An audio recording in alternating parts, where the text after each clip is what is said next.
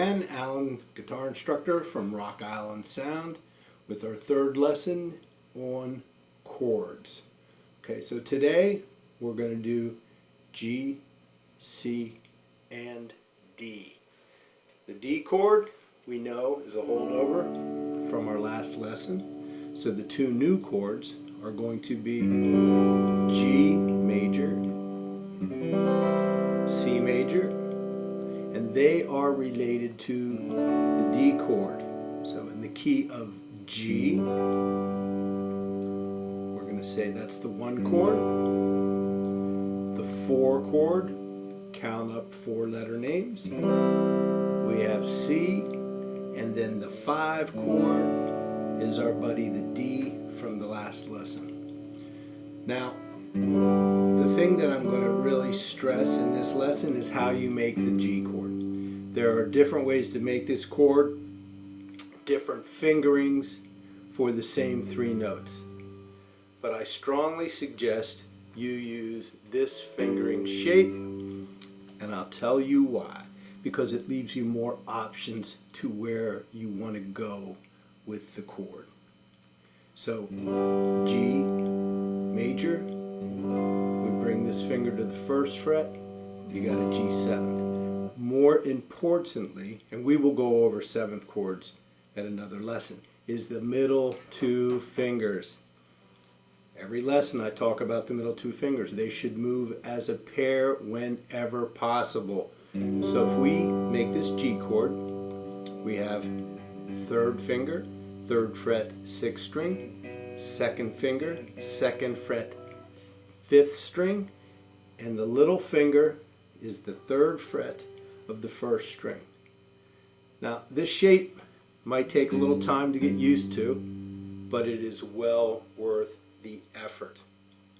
Okay? And one of the reasons is when you go to the C chord, you just move those middle 2 fingers towards the ground, 1 set of strings, 5th string, 4th string, and then you put your 1st finger on the 1st fret of the 2nd string. Now, this is the sound. If you want to leave your little finger on the 3rd fret of the 1st string, like a holdover from the G shape, that's fine. Because G is a part of the C chord. C, E, G. Remember, common notes, common fingerings, you want to keep them going. Okay? So the G, you drop the middle 2 fingers down, you have the C chord, and guess what? Those 2 middle fingers, you take them down towards the ground to the 1st and 2nd string.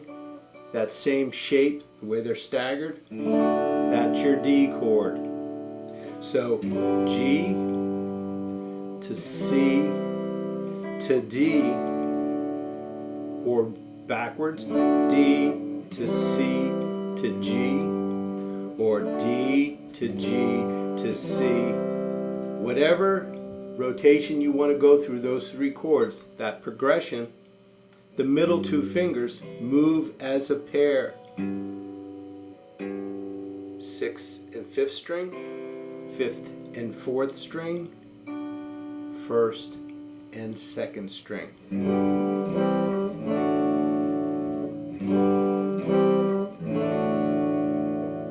So, as learning anything new, it will take time, it will take repetition. But the musical reward, that's what you're after. So again, the right hand, you can just strum evenly across these chords. These are down strokes. The pick is angled, just ever so slightly, so it glides across the string. You don't want it to get like stuck in between the strings. The right hand is what makes the music. So once you get these shapes down, where you can move from one chord shape to another evenly, rhythmically, you're on your way to playing literally hundreds of songs. And make up your own songs, whatever you want to do. Be creative. You are your own artist. So take your right hand if you want to pick individual notes Doesn't even matter. I'm not even thinking what string I'm picking here. It's going to sound good because all these notes are part of the chord.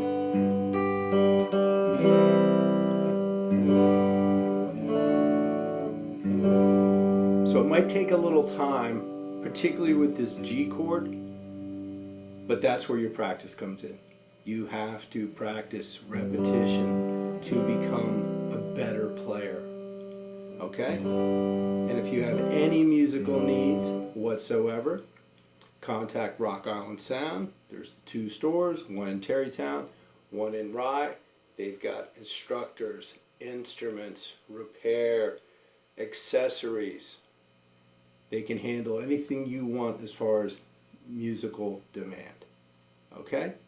So we'll see you for the 4th lesson. And if you haven't seen the first 2 lessons, I strongly suggest you go back and check them out because I'm building from one lesson to the next, to the next, to the next. And we'll probably have about 8 or 10 lessons on chords, and there will be other lessons on different aspects of guitar playing. All right?